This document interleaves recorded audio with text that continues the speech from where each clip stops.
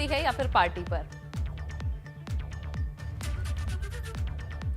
UP Uttarakhand चुनाव में एक कदम फूंक फूंक कर रखने वाली कांग्रेस के सामने जब प्रियंका ने लड़की हूं लड़ सकती हूं नारा दिया तो महिला सशक्तिकरण के मुद्दे ने जोर पकड़ लिया। फिर टिकट बंटवारे में 40% महिला आरक्षण का ऐलान कर दूसरे दलों की मुश्किलें खड़ी कर दी। लेकिन प्रियंका वाड्रा का यही नारा और ऐलान अब पार्टी के लिए मुश्किल बन चुका है। पार्टी से टिकट न पाने वाली महिला उम्मीदवारों ने कांग्रेस की घेराबंदी शुरू कर दी है। रिपोर्ट देखिए।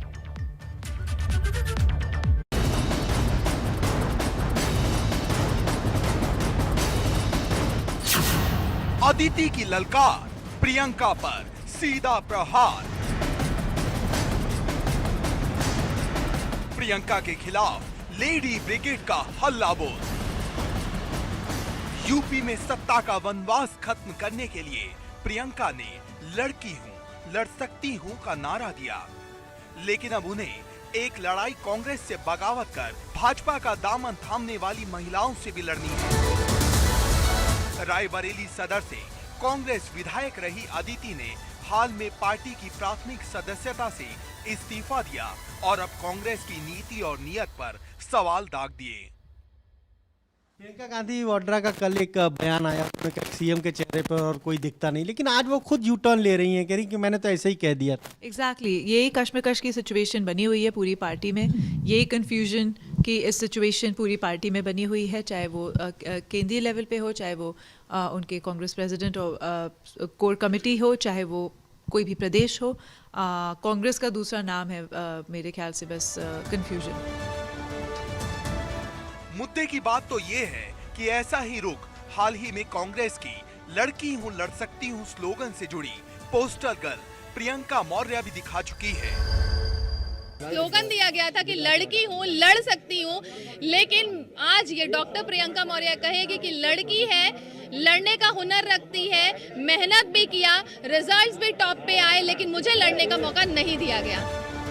मतलब एक और सूबे में कांग्रेस का बड़ा चेहरा नजर आ रही प्रियंका पर महिला ब्रिगेड निशाना साध रही है।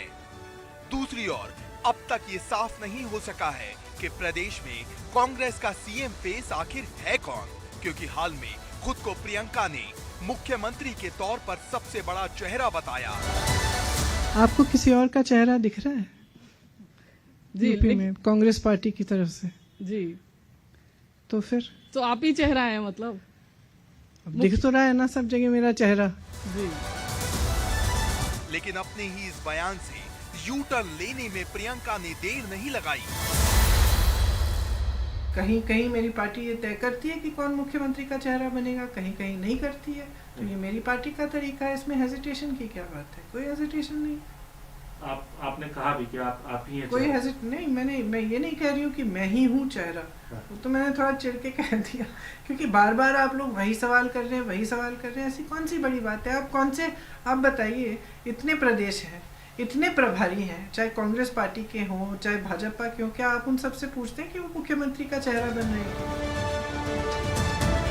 ऐसे में सबसे बड़ा सवाल तो ये है कि यूपी में बिना खेवैया कैसे पार होगी कांग्रेस की नैया, क्योंकि जहां कांग्रेस सीएम के चेहरे को लेकर उलझन में दिख रही है, वहीं विरोधी दलों ने चुनावी बिसात पर अपने अपने सियासी सूरमाओं पर मोहर भी लगा दी है। मुख्यमंत्री योगी गोरखपुर शहर से चुनावी मैदान में उतर रहे हैं, तो अखिलेश भी मैनपुरी के करहल से ताल ठोकते नजर आएंगे। मैं एक पार्टी की तरफ से एक आधिकारिक घोषणा करना चाहता हूं कि हमारे राष्ट्रीय अध्यक्ष श्री अखिलेश यादव आगामी विधानसभा चुनाव में मैनपुरी जिले की करहल विधानसभा सीट से चुनाव लड़ेंगे। मुद्दे की बात तो ये है कि सियासत में हर कदम के गहरे मायने तलाशे जाते हैं। ऐसे में प्रियंका का ये यू टर्न यूपी की सियासत में उलझन भी पैदा कर सकता है। Bureau report, ABP Ganga.